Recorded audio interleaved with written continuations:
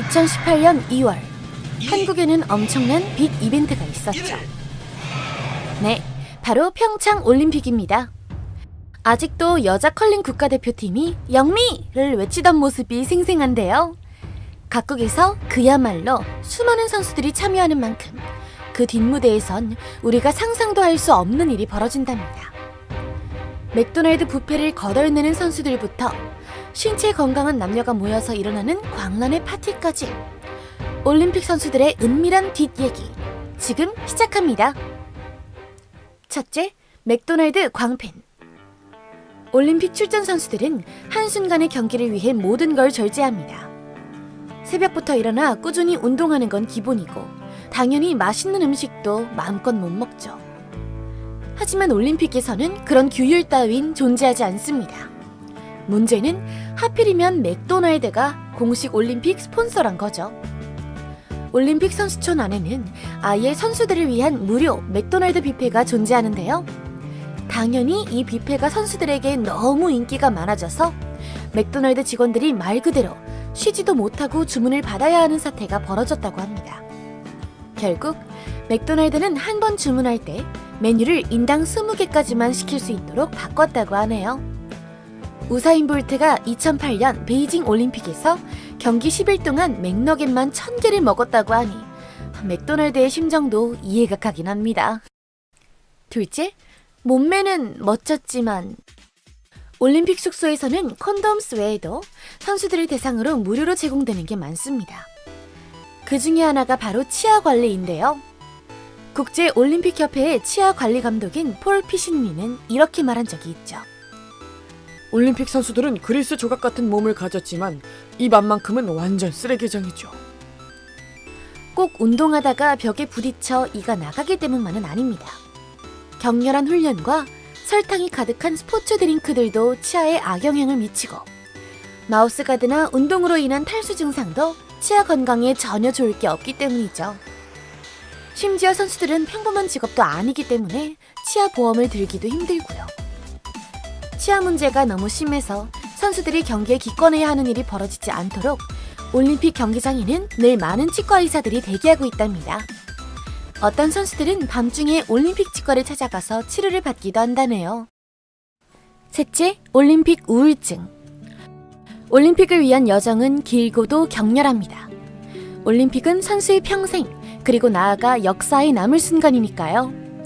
올림픽은 많은 국민들의 아드레날린을 분비시키지만 이 올림픽이 끝나고 나면 선수들은 현실로 돌아오는데 많은 시간이 필요하다고 합니다.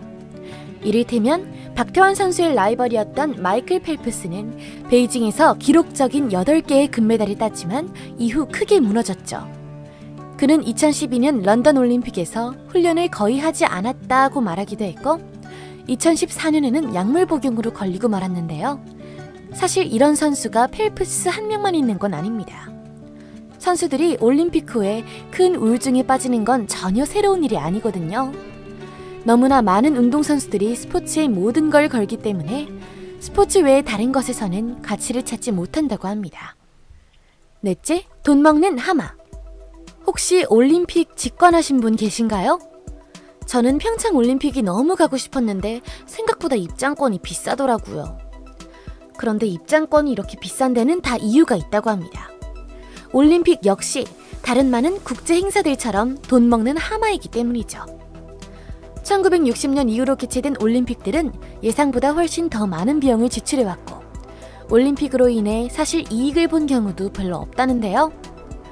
1972년 미국의 덴버는 올림픽 개최 비용 때문에 개최 장소로 선정되었음에도 불구하고 개최를 거절한 최초의 도시가 되었고요. 1976년 몬트리올 올림픽은 너무나도 돈을 많이 들인 나머지 무려 30년 동안이나 그 비용을 갚아야 했다고 합니다. 올림픽을 통해 개최국과 관광 상품을 홍보할 수 있어 이득 아니냐고 생각하실 수도 있겠지만 점점 더 많은 도시들이 올림픽 개최를 거부하고 있는 걸 보면 꼭 그렇지만도 않다는 거죠. 오슬로와 스톡홀름은 2022년에 올림픽 개최를 하지 않겠다고 발표했고 보스턴도 2024년 올림픽을 거부하며 이렇게 말했죠. 올림픽 때문에 이 도시의 미래를 저당 잡히고 싶진 않습니다. 다섯째, 광란의 파티. 어떤 선수들은 정말 스포츠와 경기 그 자체에만 집중합니다. 학교 다닐 때 딱 공부만 하는 그런 사람들처럼 말이죠.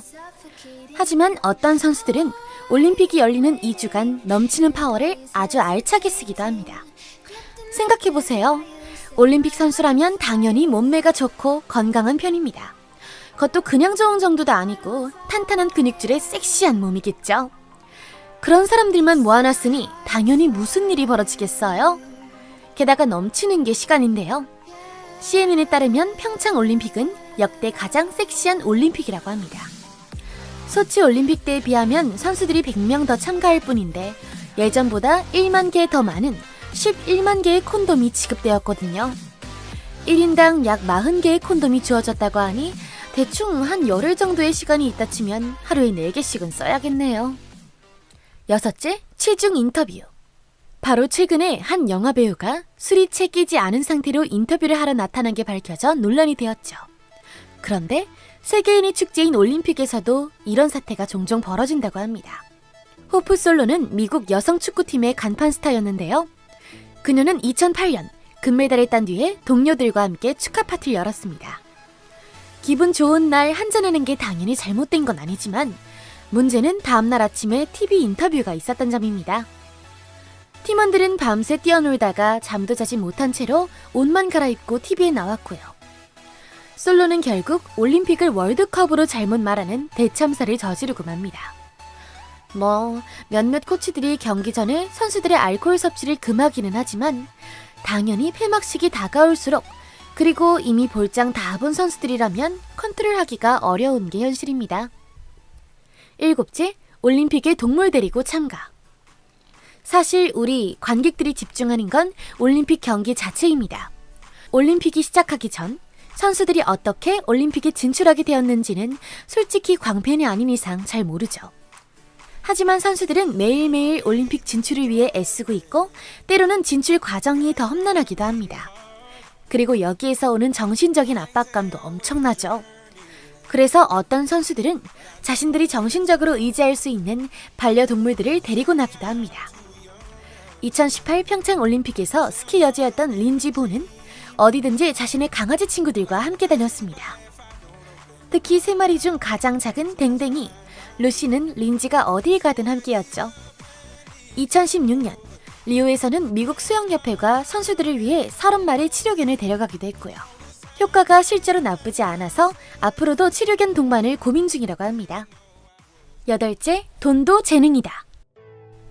올림픽 국대로 출전한다는 건 여러분이 그 스포츠 분야에서 말 그대로 최고 중 최고란 뜻이죠.